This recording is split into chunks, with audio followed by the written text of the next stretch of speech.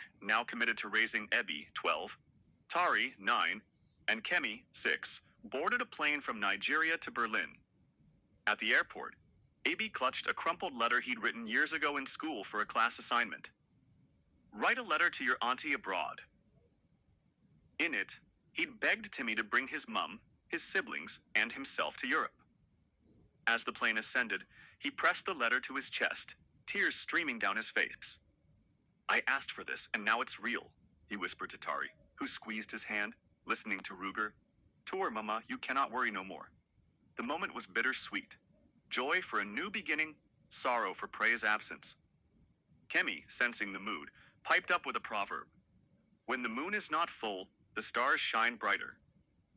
Her small voice broke the silence, earning a soft smile from Mark. Berlin greeted them with cold air and towering buildings, a stark contrast to Bielsa's humid warmth and mud huts.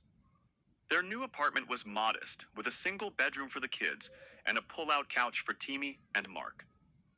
The children marveled at the escalators and trams, but the unfamiliarity soon turned to overwhelm. Ebi, ever the leader, tried to rally his siblings. The river that forgets its source will dry up, he said, quoting a proverb. We're Nigerian.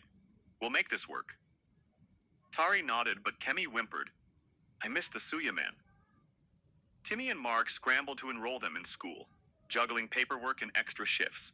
Mark at a warehouse, Timmy as a translator. The kids' first day was a disaster. Ebi struggled with German. Tari's accent drew snickers, and Kemi cried for hours. That night, Timmy found them huddled together, whispering in Ijal. Her heart sank. She'd brought them here, but could they survive? At school, a twist unfolded. A hulking German boy, Lucas, targeted Ebi, mocking his name, and shoving him in the cafeteria. Go back to your jungle, Lucas sneered, drawing a crowd. Ebi stood tall, his voice steady. I'm from Bielsa, Nigeria, and I'm proud. A bird does not change its feathers because the weather is bad. Then, in a move straight out of village bravado, he challenged Lucas to a dance-off, Nigerian style. The crowd roared as Ebi broke into an electrifying Azonto dance, his feet flying to an imaginary beat. Tari and Kemi jumped in, clapping and adding their own shoki moves. Lucas, flustered, tried to mimic them, but flopped, tripping over his own feet. The students cheered wildly, filming the showdown. By the next day, Nigerian Kid's own bully trended on TikTok, earning Ebi respect and silencing Lucas. Teachers applauded his confidence, dubbing him a cultural ambassador. But not all was smooth. Tari, feeling lost in school and missing her mum, ran away one rainy night. She left a note. I don't fit here. Panic gripped the family as they searched Berlin streets, Mark's Russian stoicism cracking under worry. Hours later, a Nigerian street vendor spotted Tari near a market, huddled under a tarp, eating a stolen apple. When they brought her home, she sobbed. I wanted to go back to Bielsa.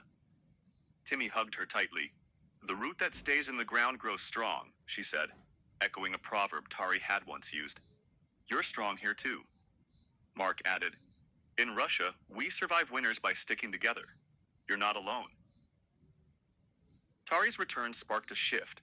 She began teaching classmates Nigerian slang like wahala and chop, turning her uniqueness into a badge of honor. A school talent show brought another turn. Ebi, Tari, and Kemi entered as a trio, blending Nigerian and Russian flair. Ebi rapped in pidgin over a beat Mark made from Russian folk rhythms. Tari danced a fusion of a lingo and Cossack steps, and Kemi sang an Ijal lullaby with haunting sweetness. The crowd erupted. Teachers teared up, classmates chanted their names, and a video hit 1 million views online. A local Nigerian expat, DJ Flex, saw the clip and offered to mentor them, saying, You kids carry Niger spirit abroad. Don't ever lose it. Their performance landed them a spot at a Berlin cultural festival, cementing their reputation as stars. A dramatic twist hit when immigration officials questioned the children's visas. A clerical error from Nigeria threatened deportation. Timmy and Mark fought tooth and nail. Legal battles, sleepless nights, and a viral campaign, #Save the Bielsa Kids, while the kids prayed in their room. Ebi led them, saying, When the wind blows, the strong tree bends but does not break. Just as hope faded, a lawyer friend of Mark's uncovered a loophole, securing their stay. The relief was palpable. Tears, hugs, and a spontaneous dance party with Jolof, Reese, and Pelmeni. Years later, as the children grew into teens, Ebby, 16, Tari, 13, Kemi, 10. Timmy gave birth to a daughter, Sophie Prey, named after Mark's mother and Timmy's sister. The pregnancy was unexpected, a twist after their child-free vows, but it felt right. Sophie's arrival united their worlds. Abby carved her a wooden UDU drum, Tari sang Russian lullabies, and Kemi braided her tiny curls with Nigerian beads. "She's our bridge," Timmy said, cradling Sophie. "Nigeria, Russia, and everything we've become." Mark nodded. "Our forest is complete.